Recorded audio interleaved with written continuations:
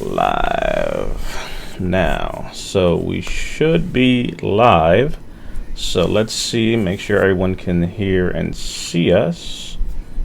If you can see us, if you can hear us, give us a thumbs up, give us a comment to make sure that we can get going on our side. So good. Give it a second here for some comments to come through and check on the phone to make sure.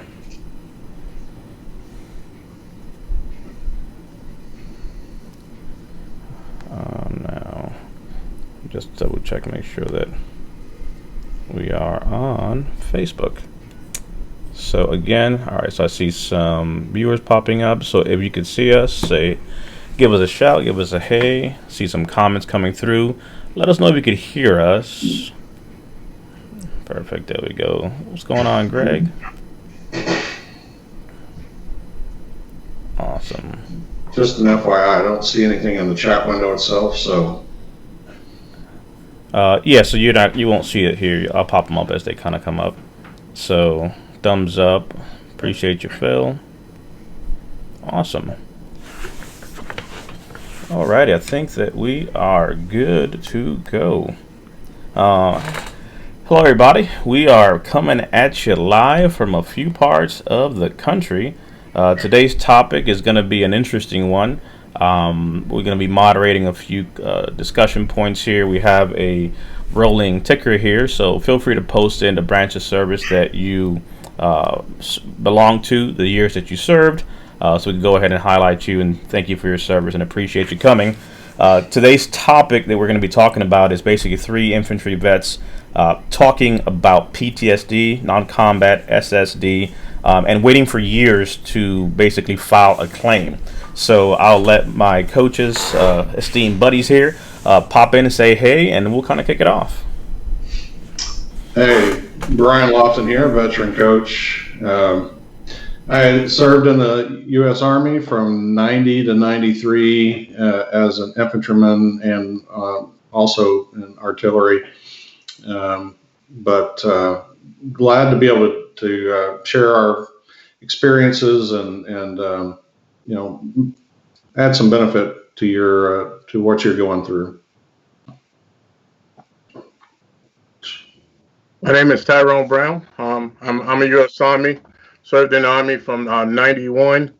Got out in 1998. And like I say, I'm excited to be here to talk to you guys about the PTSD and how it affects us as infantry guys. Hey everybody, I'm Sean Gavitt. Served from 90 TBR 93 or something to 99. I'm sorry, I forget. But also served as an 11 Bravo during the course of that time, and really happy to be speaking with you all. So I appreciate you all coming in on the live. Awesome.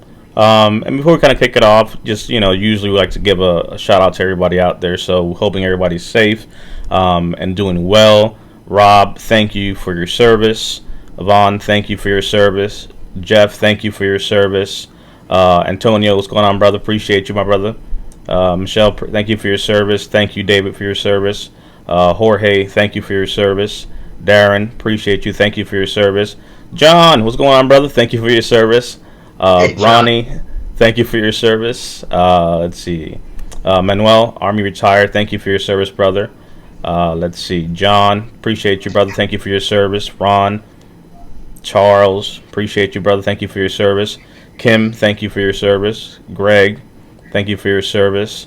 What's going on, Jeff? Just another jar here from North Cal. Love it. Volume is good, says Terry. Awesome. George is saying hey from Texas. Kevin said, you all look sad. Well, not sad. It's SSD today. Colorado Springs. Awesome. Alrighty. So, very, very good. So we have a good amount of folks. We have some people out in the YouTube world as well saying hello. So respect from New York, says LP. Thank you for tuning in as well. Alrighty. So let's see here. Got a few of them there. We did get Amy says hello. Thank you for your service. Hey, Amy.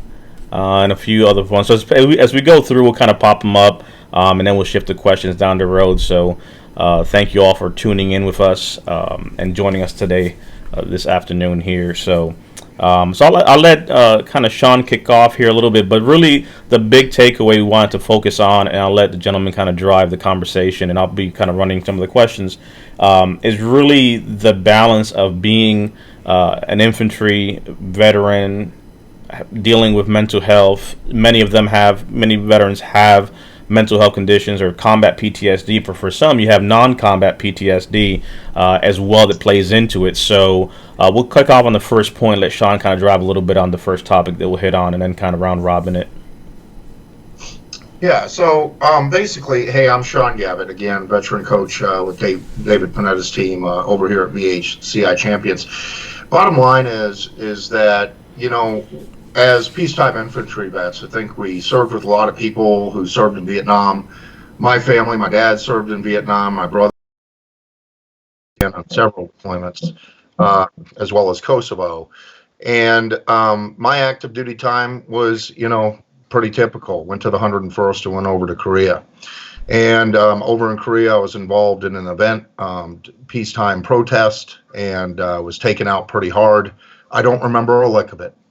And quite frankly, I think that, after that incident, I definitely changed. And there's a block of time in my life that's completely gone because I was in the hospital. I don't even remember being in the hospital for 3 months. But when I got out, I almost immediately got diagnosed. I was told to go to mental health, immediately got diagnosed with PTSD, amongst other things. I had several diagnoses. But I didn't know it. When I got out, number one, as an infantry soldier, you sucked it up, you drove on, you made it all happen, and you ignored things, and you didn't talk about your feelings. And so I went there, immediately got diagnosed, and next thing I knew, they gave me literally a crate of medication. And this was back in the day when PTSD, yeah, it's always been known as shell shock and things like that, but PTSD was not really a common discussion point. All I knew is that I was going to a psychologist. I was embarrassed by it, and they gave me a truckload of drugs, and I took them, and I didn't care about anything. I didn't even know what I was diagnosed with. I was just doing what the VA told me. So I just trucked on and kind of, got diagnosed, and then eventually some quick friends that I had them for like 2 months, said, hey, you don't seem the same. And I got off the meds and never went to the psychologist again. I had psychiatrist, I guess. No idea what was going on with me. I think through everything that we were trained was drive on. And I tried to do that throughout my 20s and my 30s and even my 40s. And about a year and a half ago, I broke down. And, I guess it started in 2014. I went to my wife and I was just having a tough night. And I got drunk and went to my wife and said, I think I suffer this thing called PTSD. And she kind of blew me off and said, yeah, you got issues, but I don't know anything about that. And that's that. Mm. And she went to bed and I went suicidal. That was it. And I called the suicide hotline, and somehow it went to voicemail. And I think either I dialed the wrong number or somebody just put me on voicemail, and I never got a call back. And I was ready to off myself that night. I had everything out, and there was a couple times in my 20s when I was ready to kill myself. And it was a very difficult time. I think that was kind of this thing that started making me think that something was wrong. And then last year, I ended up really getting bad and got admitted. And I think what took me so long to file for PTSD is it's not that I didn't want to help. I didn't know what was wrong with me. And it was one of those things that I had to go through some self-realization to understand that something was going on, even though a doctor had told me back in 1997 that something's seriously wrong with you and we need to help you. I ran from it. And I think that's a common story, whether you were combat arms or not. When you have a mental health condition, it's very difficult to accept that personally. You think of yourself as a strong person. And how long did it take? So you tried to call not recently, right? So you got out of service what year? Year exactly? More or less. 1999, 99. And then fast forward now to basically 2019. You would say is when you. yeah, 2019. Point, Well, 2014, I started kind of considering it, and I but when did when put you in tried to call though, that was 2019. that was the call was 2014. Okay, and nobody picked up. Nobody picked up, and I said I need help, and I thought that I couldn't get help, so I put in a claim to try to get help. Is really what happened the next day. Mm-hmm. Man, I was over. And when at 2014, they immediately rejected me. No corroborating evidence. You've got no stressor. Mm-hmm. Of course, a lot of vets don't know there's 31 symptoms that can be rated, right, in mental health. So back then it was it's PTSD or nothing, and I just wanted help, but I didn't want to do it in the civilian market. I didn't want my job knowing that I was going to seek treatment, and of course HR has some format of insight into that, and so that was the driving factor. But of course I didn't know anything about the claims process. I just was kind of like, I want to get help. It had nothing to do with money, nothing to do with compensation. When you're that close to taking your own life and you wake up from the drunkenness, you know something's really going on. And now, just to kind of segue a little bit there, Tyrone, what year did you get out of service? Well, 98, I was completely done with it. And I wanted to kind of lead into some statistics because, and how I tell my story. I was doing some research, and if you look at the data, it was around May of last year. They had a report to talk about, from 2005 and how they project with the veterans into 2045. That right now, there's about 20.9 million veterans out here. And in the year 2045, they're projecting that there are going to be about 12 million veterans that's going to be out here. And the reason I'm sharing this is, they talk about from us male veterans, there's going to be a decline of about 2.2% male veterans. And then on the female side, it's about 0.6 or 1%. So the veteran populations account for about 10%. But the reason I share this story is because the suicide rate with veterans is at a high. If up to date, it's about 100. You're looking at about 100, and back in 2017, there was about 125 suicide nationwide. But the veterans suicide rate, we're having about 22 to 24 veterans that are suiciding from these the PTSD symptoms every day. And, kind of like what Sean said, when I got out, I was kind of shameful to tell my story, because, as infantry guys, when you done been programmed so long in the military, we were always programmed to suck it up. If you're in pain, you pick your buddy up, you drag them along. You just don't talk about those things, or in the units, sometimes they say, hey, you're weak, you're the weakest link, and I didn't want to feel like I was the weakest link in my unit. And as I got out, that mindset continued to follow me. I didn't want to feel like I'm weak, and then I found myself when I was young, doing a lot of reckless things that just was not normal, and you know how a lot of us veterans tend to normalize a lot of those things. We think it's normal, but it's not normal, and it affected me. And this went on even into my professional career. But I did, I'm like, I didn't want to believe it. And then I find myself, the reality kick in where now you're going to marriage counselor because some of your symptoms that you were dealing with, it affected the people that you're closest to, like my wife, my children. But you don't want to talk about it because it's shameful, it's an embarrassment. you don't want to talk about that as a professional guy. Mm. I'm okay. I'm all right. Right. That was my mindset until I started realizing that, I really need to seek some help. And Mhm. that's when around 2015, I started going into the VA facility to start talking about some of my symptoms and things that are going on. And then that's when I realized that I really need help.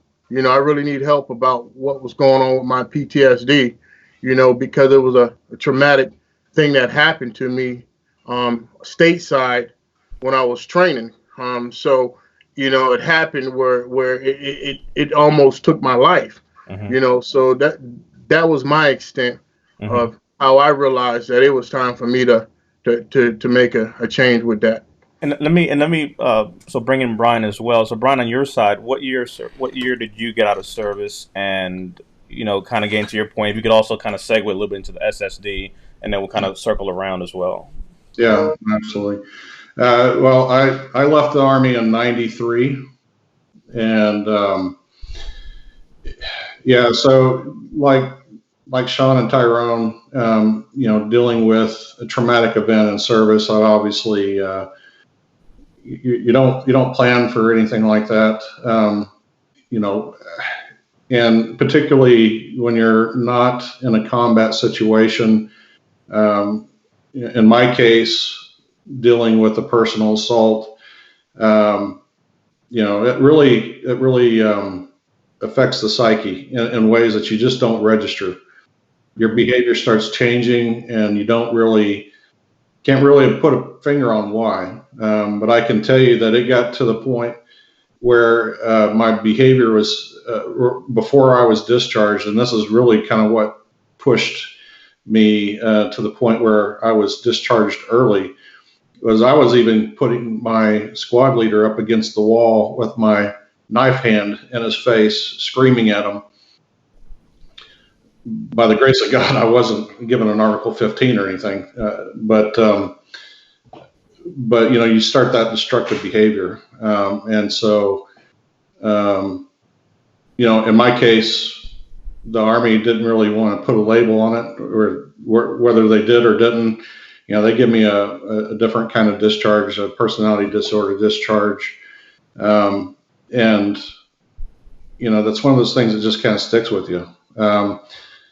And it wasn't until I was discharged in '93. It wasn't until 2018 really that the buddy I joined the Army with uh, was going through PTSD counseling himself, suggested that I might be suffering from it, and that I should go get some assistance. I didn't know how to really start that conversation, so instead of calling the crisis hotline, I actually text them and started a text conversation, and that's what really started my journey, because I avoided the VA like the plague for 26 years, right? But in addition to the traumatic experience, when you're in combat arms, particularly infantry, even more so, your body is your instrument. Your body is your vehicle.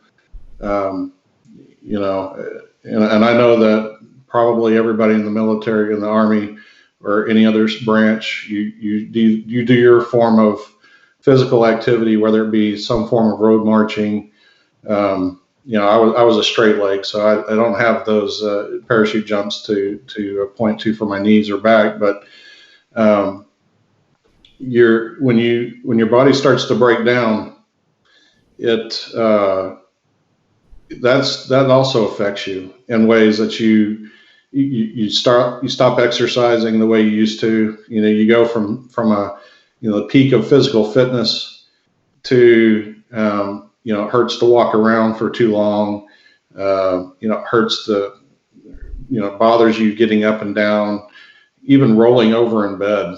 Sometimes, if one of your joints or your back is flaring up. And so it's not just PTSD that can really trigger those emotional type of symptoms. but it's these physical painful issues that we deal with, and that's where somatic symptom disorder comes into play. And that those physical pain issues, whether they're real or perceived, they can cause that problem. And in my case, not being able to go, I went from running miles a day to, now I'm at a point where I tell people I'm twice the man I was whenever I was discharged, and it ain't in a good way, right? So, and Brian, that's a good point, because I think what I wanted to highlight here is that's somatic symptom disorder, right? We're talking about two specific things here, PTSD being one thing, but for the mental health aspect, you also have SSD, right? Tyrone's case, for example, the incidents that happened, almost ended his life, right? But now, what's also the physical reaction of things that manifested, right? Someone that may have got injured, someone that may have got shot, someone that may have gone through something traumatic that also left physical injuries. So you have the psychological piece, but the somatic symptom, to Brian's point, it's one of those things where we've said before, right? I was 17 when I went to service. How old were you, Sean, when you went into service? I signed up at 17 as well. What about you, Tyrone? Yeah, I was 17, 18. What about you, Brian? 17, just a few days after my birthday. Yep, I got a call literally on my 17th birthday, and my recruiter was just like, "Hey, happy birthday! You can sign up." And I bring that up because here's the reality: we're a long way away from 17, but the reality is that up here, right, you don't see that, right? The mind still thinks you're kind of that 17-year-old guy, and it's like you look around, you're married, you have kids. It doesn't matter if you're 40 today, 50 tomorrow, 70, 80. We talk with Vietnam veterans, we've worked with Korean War veterans. And the SSD aspect, it really eats at you, because the somatic symptom disorder, what we're saying here, or we're arguing, is now the things that that you are supposed to be able to do that you can't do, right? In our cases, right, if you had these jumps, you have back issues, you have leg issues, you have whatever the case may be, and that limits your life, think about it, right? Maybe in Brian's case, what are the things that you used to do that now you can't do?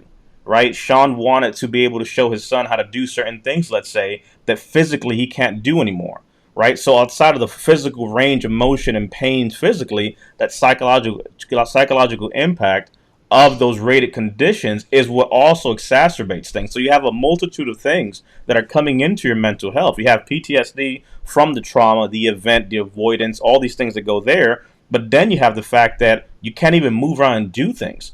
Right? When we put our hands up at 17 and took an oath, we figured that today we'd be in a different situation than the one that we're in. Right? We wanted to be mobile. We wanted to be able to do things. We wanted to be able to get around, and that affects us. So a good question, Brian. I think you have to jump out real quick here.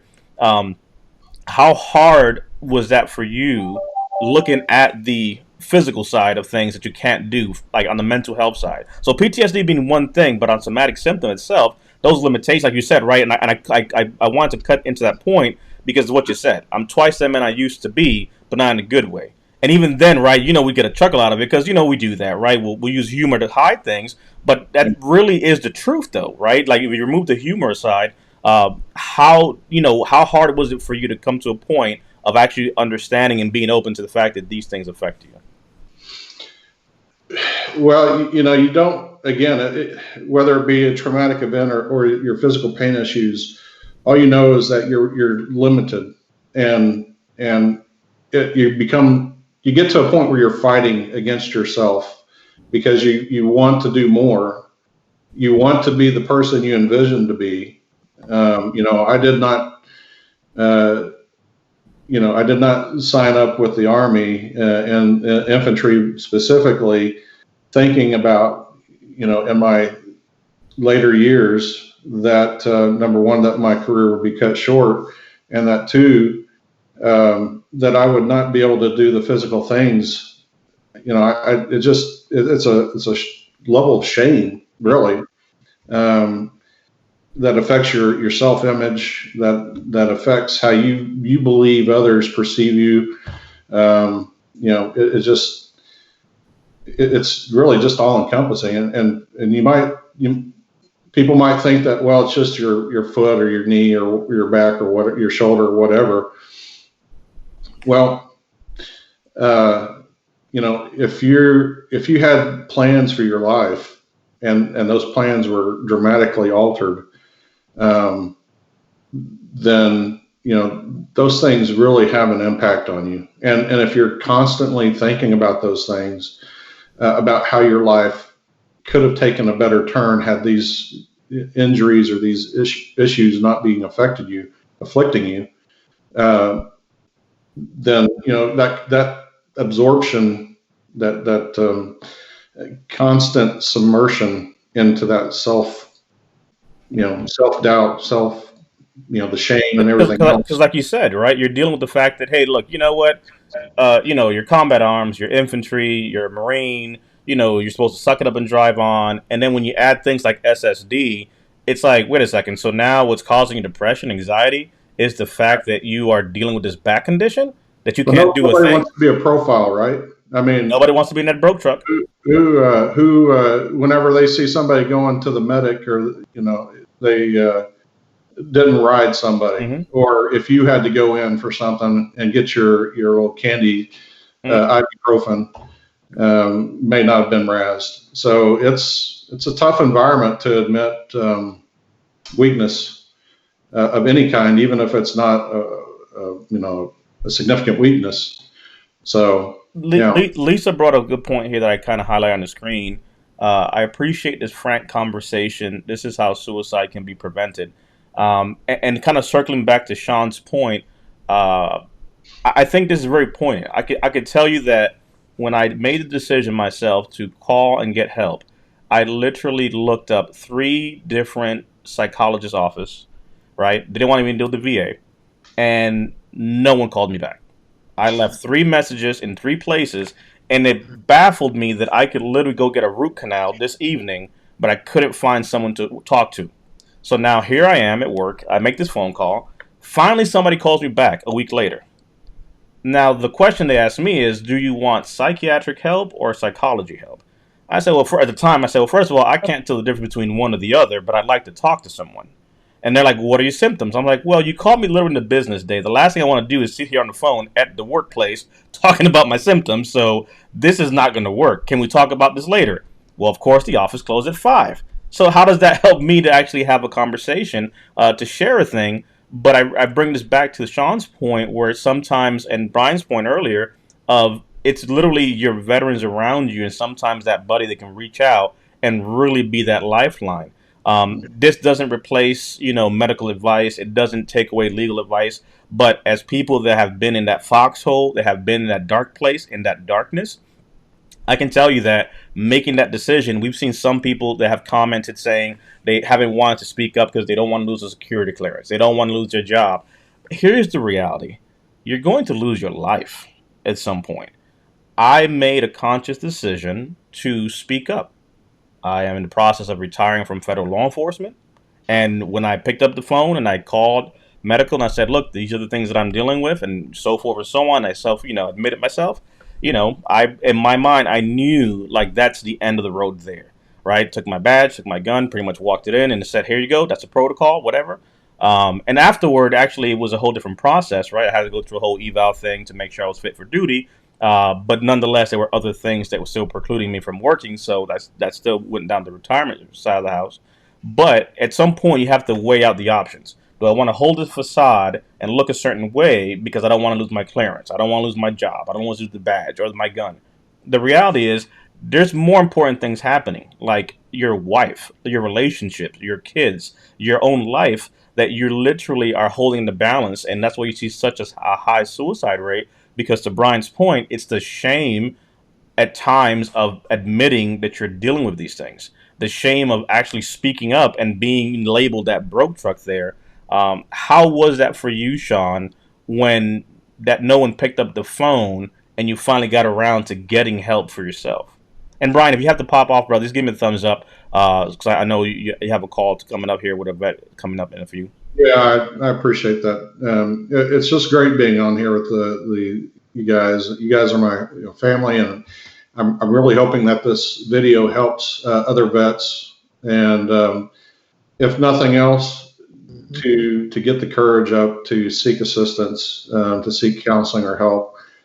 from somebody, or maybe encouraging one of your buddies who you see struggling, that really does make a difference, So, right? Brian, before you leave, if you could talk to yourself when you were pretty much told that this was not a thing or what have you, right? Back to yourself in the 90s, what would you tell yourself with what you know now to yourself back in that mid 90s, late 90s, when you were kind of just saying, it's nothing, it's me? What would you advise yourself that may well be applicable to somebody out there listening right now to get up and get Well, help? the first thing I would do is actually look for help, right? I would, whether it doesn't have to be the VA, right? It can be, you might even know somebody who's a licensed counselor who can refer you, or just seek some assistance, seek some help. That would be the first thing, and the second thing is, I even the Army acknowledged that there was something wrong with me whenever I left, right? But um, not wanting to address something like that for so long. The other thing I would have done is after seeking help is to go back and just start pursuing those disability issues with the VA right away. I mean, everybody, I haven't met a single vet yet who said, man, I'm glad I waited 20, 30 years before I filed for these claims. Nobody says that.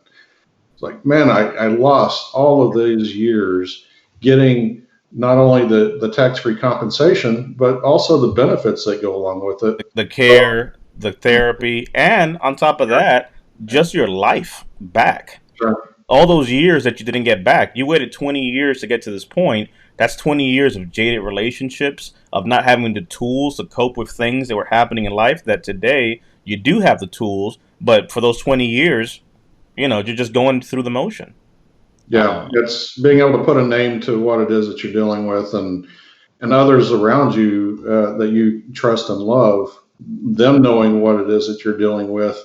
I still haven't been able to open up to everybody necessarily, but at least my wife knows, and so that's at least a step towards getting that kind of support that you need.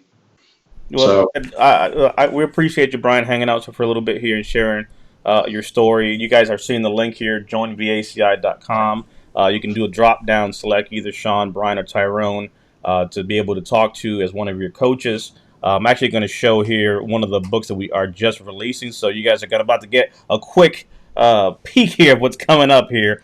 This is actually one of our new booklets that we're releasing here. This is a benefit guide by state for veterans. We literally put together all the 50 states here, so you'll be able to go into every section here and find a bunch of useful information. So feel free to reach out to us. This is, like I said, one of the new booklets that we have. So it's an ebook.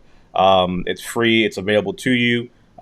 We put it together because we know for a fact that for many veterans, this is something that you need. So we'll be sharing this as well. Again, visit our link. You'll be able to kind of get more information on that. But and I'll keep the link up here as we move forward. But Tyrone, for you, moving back to the getting help piece, how hard was it for you to admit that this is something that you had to do?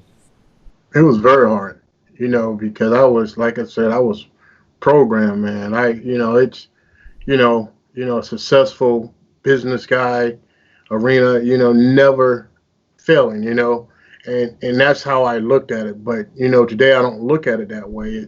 I know I needed that help.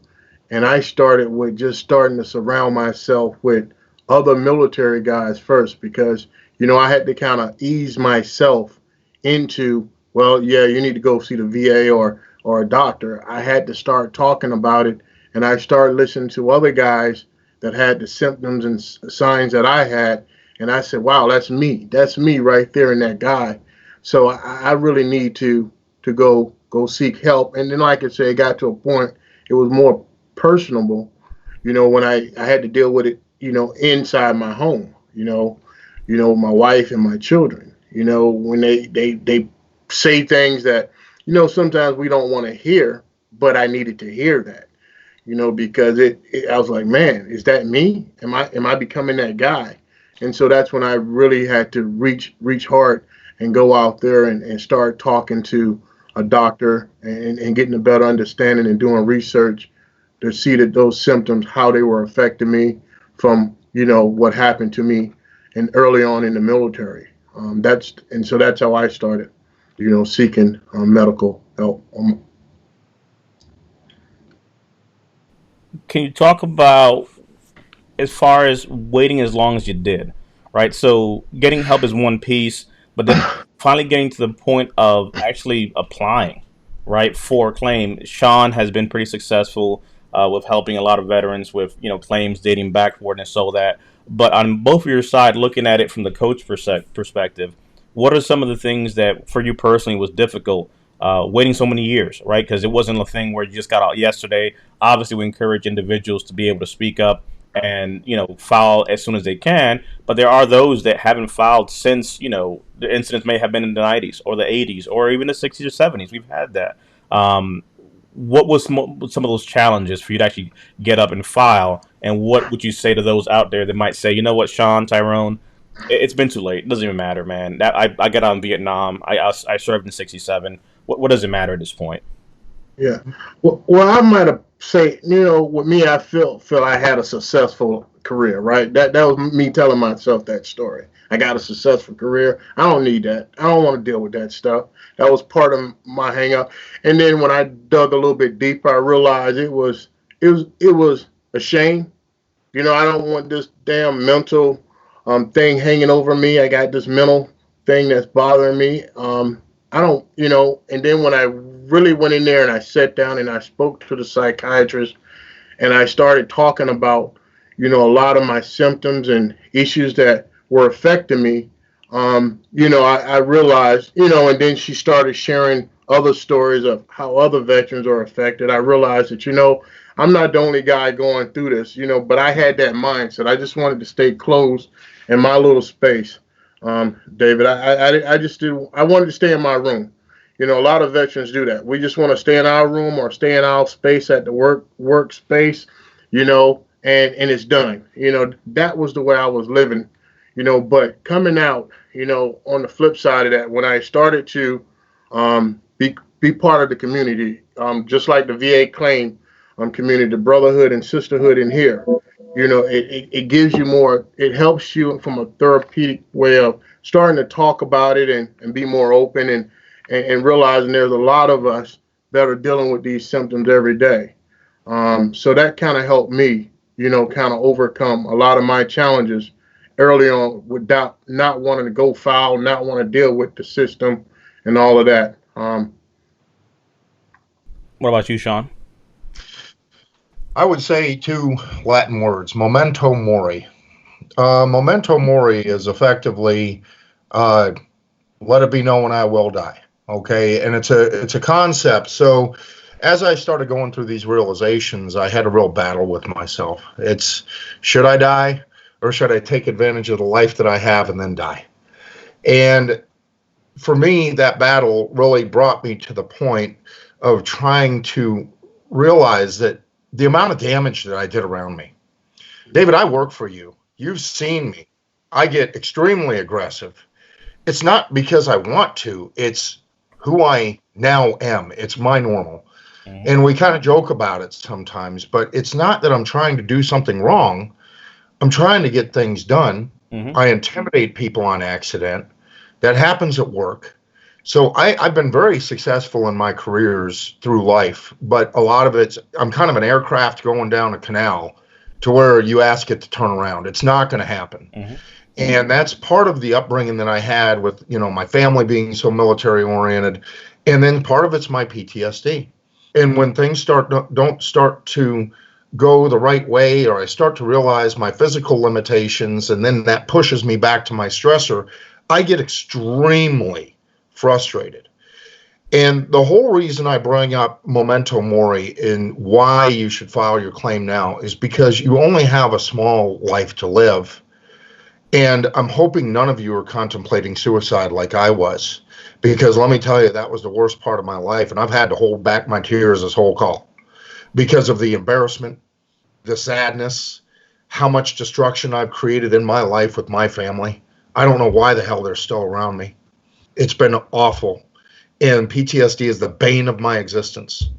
And I wrote some of this to Lisa yesterday while I was pontificating this whole thing. And if you don't do it now, your life's just going to get shorter, closer to death. Why not make that life stressor? It'll never be stressor free, but get the proper help. Get the help that you need to make that remaining life that you have to help out with that. So my whole concept on it is you only have so much left. Make it count. Do the best things that you can. Tyrone and I were speaking yesterday about our PTSD stressors and how I tend to be much more aggressive. Mm-hmm. We're a team here, and I work for you, David. And you have to deal with it. Tyrone has to deal with it, and you guys have seen the destruction. And David's had to calm me down. He's had to talk me off a ledge. I'd rather not have that, but it's part of all of us. And it's who I am, and like I said, it's an aircraft. No, and I think, and that's a good point. And so we're going to switch here gears in a minute and start taking some questions. But one, thank you for that point. I think it's a good point to really highlight. We talked a little bit about it yesterday before kind of coming on live today, but in Sean's case, he veers towards that outburst side. Tyrone, on your side, with your symptom in PTSD, would you find yourself to be on the more explosive side, middle of the range, or more implosive? Because I think that's it's very poignant for individuals, because sometimes we try to compare ourselves, and it's like, no, right now you see 3 different veterans here, 4 when Brian was here, all with PTSD, but we all exhibit and deal with it in many different ways. So Sean just shared his point there. On your side, Tyrone, what would you say? I tend to be in the middle, where it's kind of like a 50-50. I have certain things that can trigger me. Mm-hmm.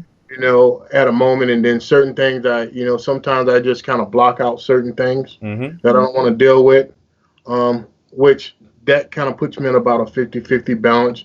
But like I say, but to me, it's still PTSD, Yeah. somatic symptoms. It still affects me, one way or the other, I'm always me personally, even in my own home, I'm always in an alert Mm-hmm. kind of mode. If I hear just something little, it's like I'm jumping up, running through the house, and it's kind of, that's kind of crazy, but I guess it's part of the life that I live now, it's my norm, to me now. And I would say, like on my end, I would say I'm definitely more on the implosive side, because I think that it's good for veterans to really be able to identify and see where he's at. Brian shared that he was more on the passive aggressive side. I'll implode and just kind of pack things away. And there is no version of what we just shared that is positive. All of them are destructive in many ways, right? Sean shared his point. When you start looking at the implosive side, you pack that in until one day you do something crazy, right? And those are the dark moments where it's like, when in my life I can share where I've had moments where, if I ever took the decision to do those things that in those dark places I chose and thought out to do, I literally would have done that and no one would have been the wiser, right? Because there is no outburst, there is no anything. It's just literally like the calm before the storm type of thing, and it just shows you the different levels of destruction that can happen, right? When you're that outburst person and you're dealing with those things that way, you're putting your family through that stuff, right? Whereas in my case, let's say I just kind of hide things away and recluse, right? So no matter how you look at it, you have one instance where you might be just outbursting towards those around you, and then you might have other instances where you're completely detached from those around you. Like you're physically there, but you're mentally elsewhere, right? You kind of detach yourself there, and none of those things are healthy. But I think that this is really how we begin to break the stigma to show that when it's all said and done, the reality is, I work for Sean. I don't care what Sean says. My job is to serve them and basically make sure that they're able to serve and support you all out there who need that help. But one key point here that we've always talked about is we're very blessed and lucky to literally be in each other's company. And I'm saying that because at the end of the day, it doesn't matter what Sean does or asks. It's just like I understand where he's coming from. Mm-hmm. All right. They understand where I'm coming from. And that's a unique situation that many of you sadly have not had the luxury of having, because in the regular world, Sean gets fired. In the regular world, Tyrone gets let go. right? In the regular world with someone who doesn't understand these things, it's like, you know what? How many times do I have to tell you this, right? You're dealing with someone who has TBI and they ask a genuine question because they just genuinely are asking it for the first time, even though you may have told that thing to them before. It's not them. It's understanding what they're dealing with. One of the points that I've always brought up is the limp, right? A lot of us, sadly, by service and things we've experienced, we got hit by this, vehicle of life, events, accidents, trauma, what have you, that cause your mental health condition, and we've forgotten that something caused that, right? So we begin to internalize it. Right now, Sean's just the a-hole, right? Tyrone is just a hard person to be around, and it's like, no, wait a second, you're limping because you got hit by a car. Those things that you're experiencing in service have made you the way you are. You just haven't realized it. So for Sean, it took 20 years to put a label. Like Brian was saying, when you have a label on something, it's saying, wait a second, I have a disjointed hip because I got hit by a car. I'm not a limp. I'm not a person that just has that. It's something that caused that. And for mental health, sadly, we don't talk about this enough to be able to say, okay, no, something caused that. You're not the person you used to be, but that doesn't mean you can't be a new version of yourself. Because to Sean's point, you're never going to go back. There's no turning this around. Tyrone will not be that 17-year-old guy again where everything was bright and life was great. Sean's not breakdancing anymore the way he used to. It's ultimately now how do we craft a new reality for ourselves and find purpose given our limitations. So I think it's powerful to really just share that because that's really what this is about. If you guys have questions, definitely feel free to start populating them, and we'll bring them up. We had a lot of good comments that came up here. Kim, some of your comments are very similar to mine. Tammy said, Tyrone, I appreciate both Tyrone and Sean sharing their stories. I find similarities. I asked if there were female chats like this once because I have additional issues. Actually, if you go back a few days ago, we had 2 weeks ago, we had Maria and Amy on. So you'll see them again. Next week, we're bringing on a therapist talking about specifically self-isolation in this space. The joke is everybody's, self-isolating and they don't want to be around people. It's like, welcome to our world. I have not noticed one hiccup on COVID because I don't want to go out anyway. So, but there's more to follow on that for sure there. We do have also a link here to our blog talking about the bios of the veterans and a little bit of information on that for those that want to look into that. So you can kind of see what's coming up for sure. Let's see, Linda. Hey, Linda. Linda says, Sean, it's your passion for sure. That's how Linda classifies it. It is your passion.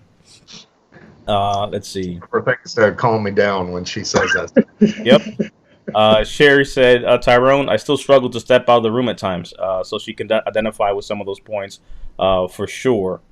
Kim said, I would have made it 20 years, but needed mental health. Admitting it meant that I could no longer serve. And that's a reality for many individuals there. Let's see. Some people are messaging about the ebook. Definitely feel free to message us so we can go ahead and get that to you. Kim, I'm glad that you are getting the help that you need. That's definitely a big one there. So that is amazing. Antonio said, Sean, you are helping veterans more than you will ever know. God bless you. Never give up. Thank you for that. Thank you, Antonio. Real quick, I want to make mention at the beginning, we had mentioned, and there was some Facebook mentions of the suicide hotline going to this. I think that was a short-lived thing back in 2014. Please never, ever stop from calling that helpline. Right. This was one experience out of millions. So don't take mine as this was a bad experience. Listen, I got it. Like I said in the beginning, I want to make mention of this. It could have been me in my drunken state calling the wrong number. Please, if you need the suicide hotline, use it. Reach out. Definitely. And we'll post all those links as well there. But definitely reach out. You have the hotline. The good thing about the community we have here is you have a community of like-minded individuals. Reach out. Again, we're not licensed therapists. We're not psychs. We're literally veterans helping veterans here. But sometimes that's what you need, where someone just says, hey, Tyrone, get off your rear and get in there and talk to this person. Because that's really what made a difference for many of us. It's someone just putting a foot, in our backside to kind of get us to do a thing, right? If you've seen Brian Reese's videos, you've seen it and you heard it. If you're hearing our voices wherever you are, whether it's today or whether it's a year from now, get your behind to get some care and get some help. This is more than a rating conversation. This is about you getting the care that you need as well. That's really the most important thing. The compensation is looking at the fact that your inabilities now have limited you in so many areas, but beyond that, getting the help that you need to be able to get that care, to see that therapist, whether you choose to go to the VA or you choose to use your rating and compensation and go see a private provider, that is your option. The point is find someone, get some help, and reach out, regardless of how that looks. John said, great job. Thanks for sharing your story. My blue cord brother. Proud of you as well. Thanks for your help on my journey. Could you help Andrew? Yep. So yeah, there's a med team in place that we have that can definitely assist with a Nexus letter as it relates to your claims. So definitely feel free to reach out to us. We could definitely help there. So we have a team who can refer you to. Jesse, it took over 16 years, still learning, and that's really the name of the key here. How long have you been at this game here, Sean? You pretty much made yourself a subject matter expert on things, but it's really because of your own, like all of us, it's our own issues that we've dealt with. Yeah, I can cite the law all day, although we're not lawyers, man. I really had to push hard. And, it really did come down to that night. And that's the thing, is we all have that one event. I had an event in service, and then I had an event after service that woke me up. And thank God, man, I can't tell you. Listen, I've been suicidal many times, but that time in 2014 was the one that said, man, I need help. And again, I thought at the time that I needed to be service connected to get mental health help. Do not think that. You can go to get mental health assistance now just with a phone call to the VA. Yep. Tammy, great point there. And this is really what this is about, right? The claim process, get with us. Again, you see the link there. We can work and help you as far as being able to give you the direction and guidance you need to help you assist. But this right here is where it starts. Until you get to this point of just really embracing the reality of what you're dealing with, reaching out for help, everything else won't, it won't click there, right? You have to get to a place of saying enough, right? You put that to the side and you begin to reach out to actually get that help, and that begins the process. Yep. Scott said, I just put in a claim for SSD major depressive. Now I'm at 80. Awesome. Congratulations, brother, there on that for sure. With insiders' help, so that you have one quick testimonial on his journey there and the help that he's been able to receive working with our company as a whole. I'm grateful to be able to attend today. We're grateful that you're here with us today. We want to definitely do more of this and just, again, put faces to names. This is how you break the stigma and get around things.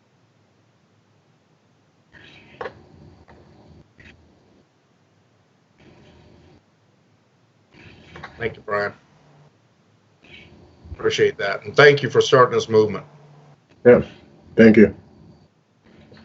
Bill, never been to the VA. Many of us, before we claimed, never went to the VA. So that's only one aspect of care. There are some veterans that are rated and have never stepped foot into the VA. Again, it's a resource, but again, for some, it's not an option or something they choose to do. Especially when it comes to mental health, you just find wherever you're comfortable. It doesn't matter if it's a vet center, if it's a VA, if it's a psychologist down the road. When it comes to this right here, it doesn't matter who you find. Just find someone who's licensed and can work with your condition, and that's what matters, right? Don't feel like you have to go to the VA. That it doesn't work that way. It is an option. It is care available to you, but for some, it's more feasible finding other avenues, and that's why many individuals, when they get rated, they have that compensation there, which for some, facilitates that. So you definitely have options there, but don't let that limit you there for sure. As we wrap up, I'm putting some questions here. Tyrone, if you could talk to yourself 20 years ago, what would you tell a younger version of Tyrone that may well be Billy, Bob, or Michelle out there listening today, as far as getting that help and speaking up and not waiting all those years like you waited?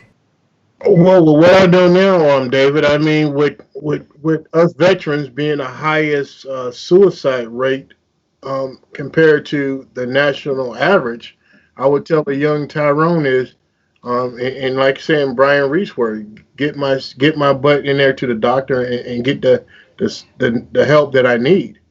right now. I'm not wait 20 years and go through all the pain and frustrations and anxieties and all the other things that come with it. Go in there right now, seek the help that you need.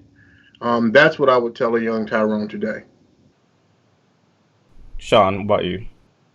Yeah, I'd tell a young Sean that, hey, keep it up. Get away from the psychiatrist. Meds aren't for everybody. They aren't for me. They are for other people. But mental health is your decision at the VA.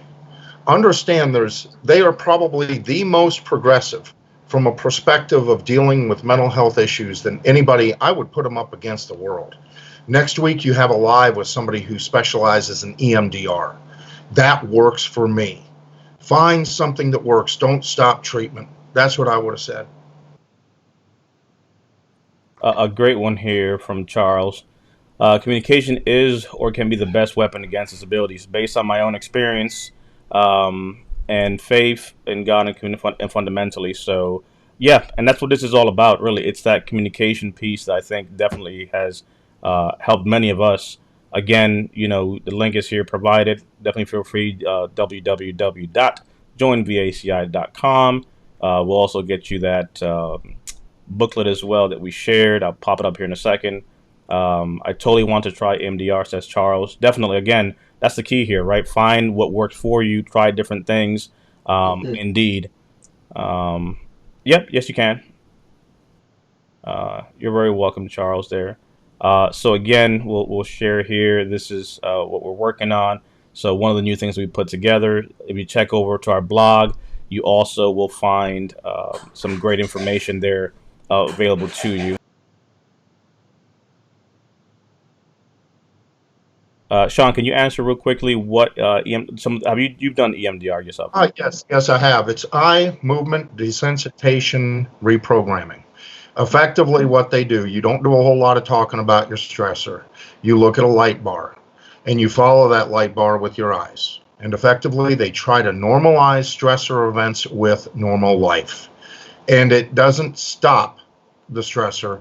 It slows the pendulum. And in other words, it helps you control because you normalize those stressor events subconsciously with what happens in normal life. So it is a reprogramming of the brain.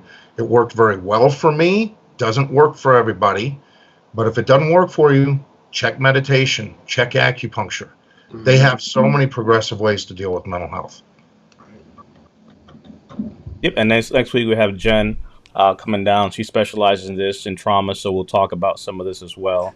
Ron said, I should have definitely listened to my dad. He was director of the VA regional office and told me to keep going to the VA whenever one of my non-service connected disabilities bothered me. So again, definitely, speak up and begin to get the care, because the biggest thing that will hinder many veterans is you don't complain, right? We don't complain. We don't bring things up. We don't have records of those things. So even today, begin the process of getting that care you need, right? If you're truly dealing with a disability or something that's disabling, you're going to find a way to get that help in some shape, fashion, or form, right? If you had a root canal gone wrong, you'd go see a dentist ASAP, right? If your back went out and you couldn't walk, you'd go see someone. When it comes to mental health, it's the same exact thing.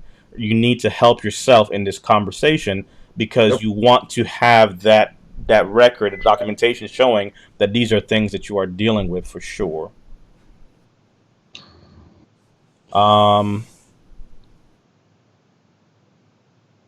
So that is the majority there. Like I said, feel free to reach out to us. We'll get some information your way.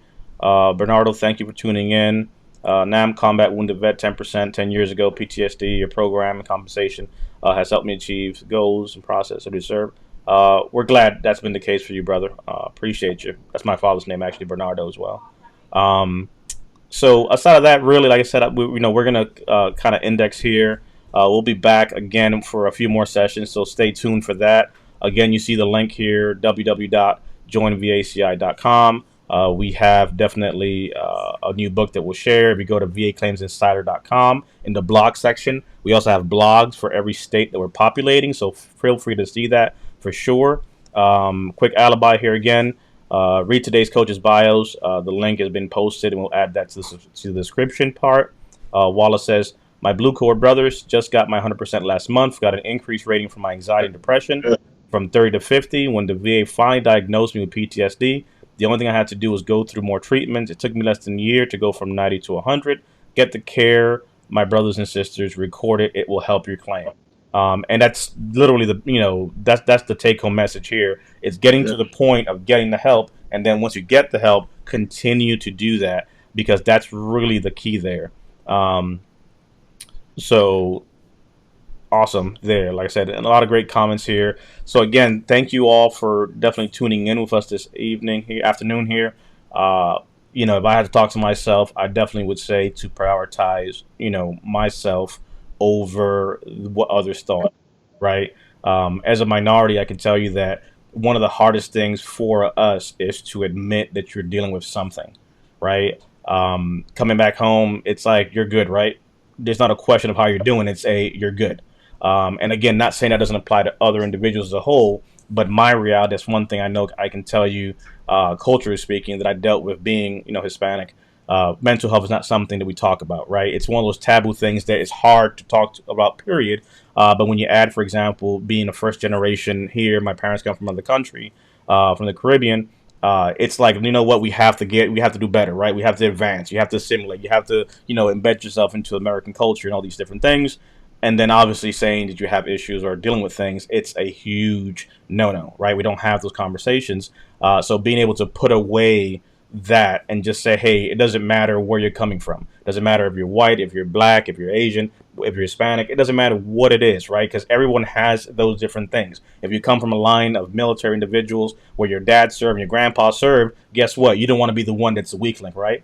You don't want to be the immigrant, son of an immigrant that comes here and says, hey, I have these issues, right? You're supposed to be better than them and stronger than them. So all those stigmas are affecting us, right? Sean, you're a second or third generation service member in your case, right? Third, yeah. Third, right? So you're dealing with that stigma of you're the third in line. Tyrone, you're dealing with the stigmas that you grew up with, right? As far as where you came from, what our culture says we should not do and so forth. So all these things are stigmas, and this really breaks it up, right? It doesn't matter what you look like, what your dialect is, what your race is. At the end of the day, mental health doesn't care about any of that stuff. Trauma is trauma is trauma, and it doesn't matter if you were combat infantry. It doesn't matter in this case if you were infantry but had a non-combat, stressor, or if you're non-combat. Trauma is trauma. Stressors are stressors. Get the help that you need. Again, value yourself and those around you, because you owe it to yourself. You matter. And again, we wouldn't be here today to pay it forward had we not made that decision. Sean would not be able to pay it forward today had he not reached out for help. If Tyrone didn't reach out for help, guess what? He wouldn't be here able to help the next veteran. I wouldn't be here blessed with the opportunity to serve along these fine gentlemen and women in my team unless I decided to stick around and get help. Because at that time when I was in that tunnel, right, it was just darkness, and just it'd be better off if I wasn't around. What if? And now, here's the reality. We're doing something. We're paying it forward. We're not perfect and we're broken. But guess what? Hey, take a number and join us, because, Sean might not break dance no more, and Tyrone ain't friggin' doing the two-step like he used to. But we'll shimmy from side to side if we can. So from us to you guys, man, we appreciate you guys. Stay safe out there during this COVID time. Tune into the shows we're doing. Join us live on these things. Don't be alone. Reach out. Technology is here. I'll let Sean say his goodbye. But again, my piece of advice is value yourself, reach out, put the shame aside. Because at the end of the day, you don't know who's going to benefit from your story tomorrow. And that's why we're here. So be safe out there for sure. Sean? We love you guys. Remember, memento mori. Make it happen. Just get better. Find it. Call any of us. We're here. And take care of yourselves. We care about every one of you. Tyrone? Yes, sir. Take care of yourself, number one. And like I say, it's a humbling experience for our team to be able to help you guys as disabled veterans, to help you guys get where you need to be as veterans as well. So thank you guys for giving us an opportunity to even share our stories with you guys today. So thanks again. Thank you, Tammy. Bless.